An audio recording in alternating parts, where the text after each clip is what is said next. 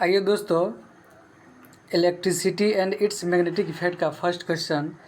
आवेश कैसा मात्रा क्या होगा? गुलाम। क्या होगा? गुलाम होगा। अब वोल्ट किसका होगा जनाब? वोल्ट हो जाएगा विभवांतर का। विभवांतर ओम या किसका होगा? ओम हो जाएगा प्रतिरोध का। एम्पियर किसका होगा? विद्युत धारा का। चलिए अगला, विभव कैसा मात्रक है? क्या होगा? वोल्ट। क्या होगा? वोल्ट। ओम किसका है? वो प्रतिरोध का। गुलाम किसका है? गुलाम को हो जाएगा आवेश का। एम्पियर किसका है? विद्युत धारा का। अगला, विद्युत धारा कैसा मात्रक है? क्या होगा? गुलाम। विद्युत धारा एम्पियर। बहुत अच्छा, क्या हो जाएगा? एम्पियर। आ गया। प्रतिरोध कैसे मात्रा क्या हो जाएगा? ओम। विद्युत ऊर्जा कैसे मात्रा क्या है? विद्युत ऊर्जा का कैसे मात्रा जूल है। क्या है? जूल है। याद रखिएगा, ऊर्जा कोई भी ऊर्जा हो, या विद्युत ऊर्जा हो, या रासायनिक ऊर्जा हो, या स्थितिज ऊर्जा हो, या गतिज ऊर्जा। कितना ऊर्जा है? 4। या विद्युत ऊर्जा हो, रासायनिक ऊर्जा हो, स्थितिज ऊर्जा हो, या गतिज ऊर्जा, सब का ऐसा मात्रा क्या होगा? जूल। ऐसा कहिएगा, तमाम प्रकार की ऊर्जा कैसे मात्रक जूल होता है। तमाम प्रकार की ऊर्जा कैसे मात्रक जूल होता है। हालांकि विद्युत ऊर्जा को मापने के लिए किलोवाट घंटा या यूनिट का इस्तेमाल किया जाता है, लेकिन ये ऐसा मात्रक नहीं है। ऐसा मात्रक क्या है? जूल है। क्या है? तो कहता है विद्युत ऊर्जा कैसा मात्रा क्या है? तो वोल्ट दिया जो विभवांतर होता है, कुलाम दिया जो आवेश होता है, ओम दिया जो प्रतिरोध होता है, एम्पियर दिया जो विद्युत धारा का। तो क्या होगा? कहिएगा ऐसा मतलब जूल होता है। एक ऑप्शन ई बना देते हैं और क्या हो जाएगा? जूल। JOULE। क्लियर? यस। आइए 6 नंबर। कहता है उपयुक्त नहीं होता है, उपभुक्त होता है। कंज्यूम्ड। उपभुक्त क्या होता है? कंज्यूम। उपभुक्त। विद्युत ऊर्जा को किसमें मापा जाता है? तो अभी हम लोग पढ़े थे, विद्युत ऊर्जा को मापते किसमें? किलोवाट घंटा। किलोवाट घंटा। हम पूछेंगे 1 किलोवाट घंटा बराबर कितना जूल होता है? जवाब दे दीजिएगा। 6 × 10⁻6 जूल या 36 × 10⁻5 जूल। बहुत अच्छा। आगे है प्रतिरोध। क्या है क्वेश्चन 7 नंबर? तो देखिए 7 नंबर है, प्रतिरोध R के किसी तार के टुकड़े को 5 बराबर भागों में काटा जाता है। इन टुकड़ों को फिर पार्श्वक्रम। देखिए सबसे बड़ी बात यह है, पार्श्व समझना है। तो पार्श्वक्रम मतलब होता है समानांतर क्रम। पार्श्वक्रम मतलब क्या होता है? समानांतर क्रम, यानी पैरेलल में जोड़ दिया जाता है। तो इस संयोजन का समतुल्य प्रतिरोध कैपिटल R है। तो R⁻R का अनुपात क्या होगा? तो फिलहाल आंसर जानिए। इसका आंसर जो होता है 1/25। कितना होता है? 1/25, यानी ए नंबर आंसर। इसमें थोड़ा हम हिंट करते हैं। अगर मान लीजिए 5 को, सबसे बड़ी बात यह श्रेणी क्रम का सूत्र क्या होता है? R = R1 + R2 + R3 + dot dot dot. समांतर क्रम का होता है 1/R = 1/R1 + 1/R2 + 1/R3 dot dot dot. होता है कि नहीं होता है? तो अगर इतना बात आप जान गए तो याद रखिएगा, अगर समान मान का प्रतिरोध, समान मान का 5 प्रतिरोध है, मान लीजिए 1 ओम, अगर इस तरह का कुछ भी दिया है, समान मान का प्रतिरोध है, कहेगा 5 को 5 टुकड़े में काटा गया, तो समतुल्य प्रतिरोध क्या होगा? कहेगा 5R। लेकिन वही कहेगा कि समानांतर में क्या कहिए? 5/R होता है ना, R1 + R2 + R3। तो वही कहेगा, मान लीजिए अगर x करके है 5 को, कहिएगा 5x। समतुल्य प्रतिरोध कितना जाएगा? श्रेणी क्रम 5x। लेकिन वही समांतर में आ जाएगा तो x/5 अभी पढ़े थे ना? हाँ। तो यही है। अब इसको बना लीजिएगा, थोड़ा स्पेस कमी है इसलिए नहीं बता रहे हैं। बाकी अगर ज़्यादा प्रॉब्लम होगा तो आप लोग कमेंट बॉक्स में लिखिएगा, हम इसका सॉल्यूशन लिख के कम्युनिटी बॉक्स में, यूट्यूब के कम्युनिटी बॉक्स में डाल देंगे। आगे, निम्न में से कौन सा विद्युत परिपथ में विद्युत शक्ति को निरूपित नहीं करता? आप बताइए, विद्युत शक्ति बराबर कितना फॉर्मूला होता है? 3। कितना होता है? P = VI, P = V² या P = V² × R। नहीं, P = I² × R। सुनिए, P = VI, P = V²/R, P = I² × R। एक और याद रखिए, P = W/T, यानी पावर बराबर वर्क बाय टाइम। पावर बराबर वर्क बाय टाइम। तो यहाँ पर गलत आंसर क्या हो जाएगा? कौन नहीं करता है? तो IR² करता है वो? नहीं करता। आगे कहता है किसी विद्युत बल्ब पर 200 वोल्ट 100 वाट अंकित है। जब इसे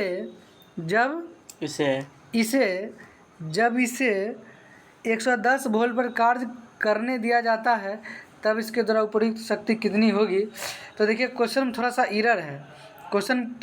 एगो डाटा थोड़ा मिस कर दिया है। क्या कर दिया? जैसे 200, देखिए यहाँ पर दिखा रहे हैं, कहाँ गलती है। देखिए यहाँ पर कितना वोल्ट दिया है? 200 कितना दिया है 200। यहाँ पर 200 नहीं होगा, यहाँ पर इसको कट करके 220 वोल्ट बना दीजिए। कितना वोल्ट 220 वोल्ट। 220 वोल्ट। कितना वोल्ट बनाना है 220 वोल्ट। तब क्वेश्चन बनाइएगा ना तो आपका सटीक आंसर आ जाएगा। तो आपका सटीक आंसर डी आ जाएगा। तो सटीक आंसर आ जाएगा कितना डी 25 वाट। 25 वाट कितना आ जाएगा 25 वाट। कुछ नहीं करना है, वही 3 को फॉर्मूला बोलिए क्या P बराबर P बराबर I स्क्वायर R P बराबर V स्क्वायर बटे R। क्लियर। Yes। यही क्वेश्चन आगे 10 नंबर क्वेश्चन है। बताइए विद्युत वाहक बल का SI मात्रक क्या होगा वोल्ट। क्या होगा जनाब वोल्ट। क्या होगा हो वोल्ट। ओम किसका है प्रतिरोध का, कूलाम किसका है आवेश का, एम्पियर किसका है धारा का। क्लियर। यस। आगे देखिए 11 नंबर क्वेश्चन है जूल प्रति कूलाम किसके बराबर होता है। तो आप जानते हैं V equal to W by Q.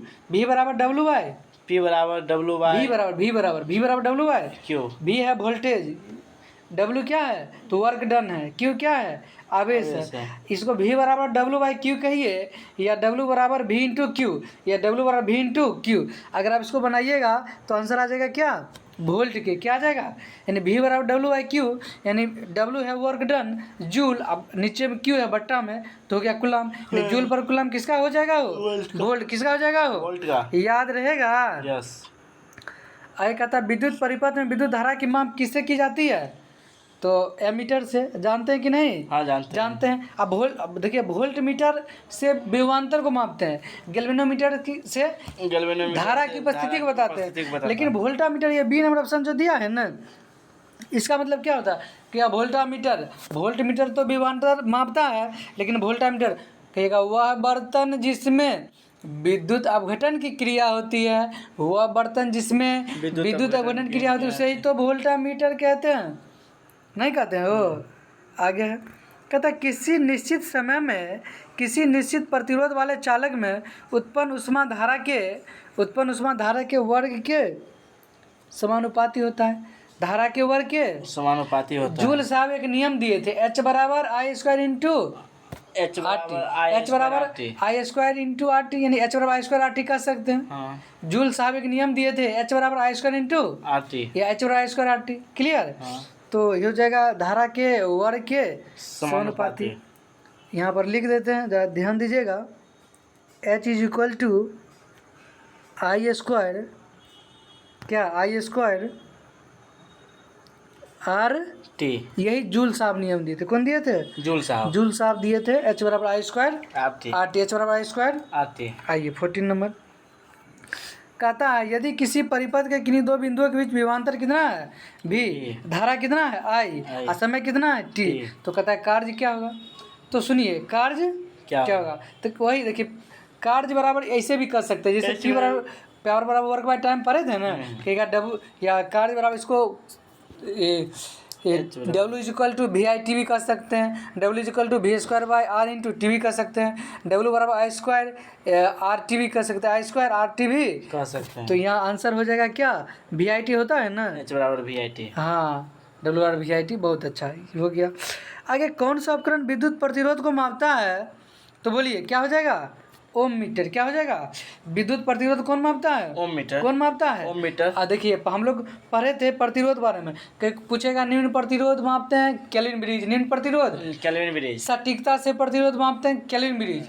कोई पूछेगा अज्ञात प्रतिरोध को व्हीटस्टोन ब्रिज, अज्ञात प्रतिरोध को कहेगा बहुत उच्च प्रतिरोध मेगर, कुचालक का प्रतिरोध मेगर और पृथ्वी का प्रतिरोध मेगर। याद रहेगा ना। देखिए आगे बी नंबर है पोटेंशियोमीटर। क्या है ये विभव को मापता है। किसको मापता है विभव। देखिए आमीटर है ए नंबर क्या है किसको मापता है करंट को धारा को मापता है। और देखिए वोल्ट मीटर होता है विभवांतर को, पोटेंशियोमीटर विभवांतर। लेकिन वोल्टामीटर क्या है तो वह बर्तन जिसमें विद्युत अपघटन की क्रिया होती है उसे क्या कहते हैं वोल्टामीटर। फिलहाल यहाँ आंसर हो जाएगा क्या डी नंबर प्रतिरोध मापता ओम मीटर। आगे 60 नंबर क्वेश्चन कहता है जब साबुन का बुलबुला आवेशित किया जाता है, जब साबुन का बुलबुला आवेशित किया जाता है तो यह क्या होता है फैलता है। क्या होता है फैलता है। इसको याद रखना है क्या होता है फैलता है। की जगह फैलता है अर्थात अपने आकार में क्या करता है वृद्धि करता है बढ़ोतरी करता है। समझ गए। आगे 70 नंबर क्वेश्चन है 1 वोल्ट कितने के बराबर होता है। अरे 1 वोल्ट कितने के बराबर होता है तो 1 जूल पर कूलम यानी जूल पर कूलम। तो V बराबर W/Q। V होता है विभवांतर, इसका मात्रक होता है वोल्ट, W होता है वर्क डन, इसका यूनिट होता है जूल, और Q होता है आवेश चार्ज, यूनिट होता है कूलम। वही कहता है 1 वोल्ट होता है जूल पर कूलम। समझ गए क्या? आइए 80 नंबर क्वेश्चन देखिए, आपके सामने एक लगता हुआ क्वेश्चन काफ़ी शानदार है, जो रेलवे के लिए बहुत शानदार क्वेश्चन है। कहता है एमसीबी। तो बात करेंगे एमसीबी, इसका फुल फॉर्म बता दीजिएगा। Miniature circuit breaker, miniature circuit breaker. तो ये किस कहता है एमसीबी जो लघु पथन के मामले में विद्युत की आपूर्ति को काट देता है, काम करता है। तो यहाँ पर देखिए एक भी आंसर सही नहीं है, एक भी आंसर सही नहीं। तो आंसर सही क्या हो जाएगा? तो इसका जो एमसीबी जो होता है ना, ये विद्युत धारा के उष्मीय प्रभाव पर काम करता है। विद्युत धारा के उष्मीय प्रभाव, thermal effect of electricity. Thermal effect of electricity कहिएगा, विद्युत धारा के उष्मीय प्रभाव पर कौन काम करता है? तो बल्ब है, हीटर है, आयरन है, पंखा है, टीवी है, फ्यूज है, एमसीबी है, गीजर है, ये सभी काम करते हैं विद्युत धारा के उसमें प्रभाव। तो एक यहाँ पर गलत है, एक ऑप्शन ई बना लीजिए। क्या बना लीजिए? ई बना लीजिए और मार देना है विद्युत धारा के उसमें प्रभाव। कौन प्रभाव? उसमें प्रभाव। विद्युत धारा के उसमें प्रभाव। विद्युत धारा के उसमें प्रभाव। उसमें प्रभाव नहीं, विद्युत धारा के आई के नहीं, विद्युत धारा के उसमें प्रभाव, विद्युत धारा के उसमें प्रभाव। याद रहेगा ना? यस। चलिए ठीक है, याद रहेगा। देखिए कोई पूछेगा धारा के चुंबकीय प्रभाव पर क्या कौन काम करेगा? क्या धारा के विद्युत धारा के चुंबकीय प्रभाव पर मोटर कौन हो? मोटर। लेकिन रासायनिक प्रभाव पर विद्युत अपघटन। हाँ। और कोई पूछेगा एमसीबी फुल फॉर्म बता दो। Miniature circuit breaker. हाँ, मिनिएचर सर्किट ब्रेकर। आगे बिजली के पंखे की गति बदलने के लिए प्रयुक्त साधन क्या है? तो रेगुलेटर। अपने लोग देखते हैं पंखा में क्या लगाए हुए हैं? रेगुलेटर। जैसे अभी मान लीजिए अभी तो हम लोग हाई स्पीड में चलाते हैं, लेकिन वही ठंडा के दिन आ जाएगा नवंबर दिसंबर तो पंखा चलाइएगा, लेकिन स्पीड करके कि कम करके कम कैसे कीजिएगा? रेगुलेटर के माध्यम से। समझ गए? यस। आगे है विद्युत मरकरी लैंप में रहता है। तो क्या रहता है जनाब? सुनिए, विद्युत मरकरी लैंप में कम दाब पर पारा। कोई पूछेगा विद्युत मरकरी लैंप में क्या रहता है? तो कम दाब पर पारा। अब सुनिए, देखिए विद्युत धारा जब कोई करंट दीजिएगा ना, तो पारा प्लाज्मा बदल जाता है, प्लाज्मा अवस्था में। इसके कारण तेज चमक आता है, यानी प्रकाश देता है।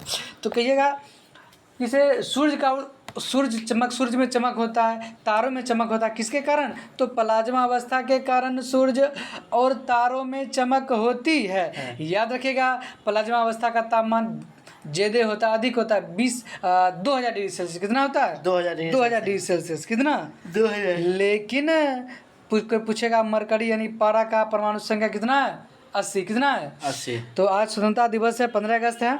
15 अगस्त स्वतंत्रता दिवस की आप लोगों को बहुत बहुत ढेर सारी शुभकामनाएं। तो हम लोग मिलते हैं फिर अगले क्लास में। Bye bye, thanks.